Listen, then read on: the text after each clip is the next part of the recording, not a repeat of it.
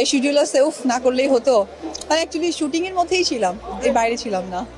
ভালোবাসা দিবস মানেই প্রিয়জনের কাছ থেকে বিশেষ কিছু পাওয়া, কিন্তু ঢালিউডের এক সময়কার সেরা জুটি শাকিব খান ও অপু বিশ্বাসের ক্ষেত্রে বিষয়টি ছিল একটু ভিন্ন। পর্দার প্রেম বাস্তবে গড়ালেও বিশেষ দিনগুলোতে কেমন ছিল তাদের রসায়ন? শাকিব খানের কাছ থেকে ভালোবাসা দিবসে কী সারপ্রাইজ পেতেন অপু বিশ্বাস, নিজেই শোনালেন সেই গল্প। রূপালী পর্দার শাকিব অপু জুটি মানেই ছিল দর্শকদের কাছে এক অন্যরকম উন্মাদনা। দীর্ঘ ৯ বছরের দাম্পত্য জীবনে পর্দার বাইরেও তারা কাটিয়েছেন অসংখ্য বসন্ত। তবে সাধারণ দম্পতির মতো তাদের ভালোবাসা দিবসের পরিকল্পনাগুলো কি খুব রোম্যান্টিক ছিল?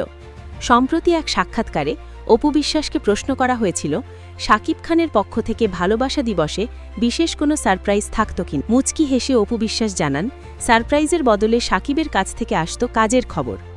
অপু বিশ্বাস বলেন, একদমই না। সকাল হলে হয়তো শাকিব বলতো, আজকে শুটিং আছে, এই শিডিউল আছে। তখন মনে হতো, উফ, আজ যদি শুটিংটা না থাকতো। এখানের কাছ থেকে ভ্যালেন্টাইন ডে থেকে এমন কোনো সারপ্রাইজ আমি জানি, অনেক সারপ্রাইজ পেয়েছে, একটা একদমই না।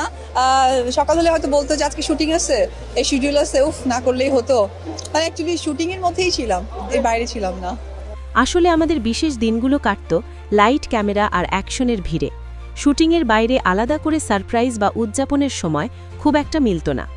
সাক্ষাৎকারে অপুর কথায় স্পষ্ট ফুটে উঠেছে যে কেরিয়ারের তুঙ্গে থাকাকালীন ব্যক্তিগত জীবনের চেয়ে পেশাদার জীবনকেই বেশি প্রাধান্য দিতে হতো তাদের।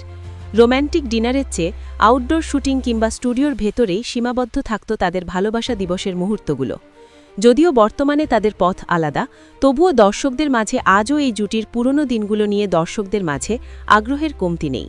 বিশেষ দিনে শাকিব অপুর এই শুটিং রোম্যান্স যেন সেই পুরনো স্মৃতিগুলোকেই আবার ঝালিয়ে দিল।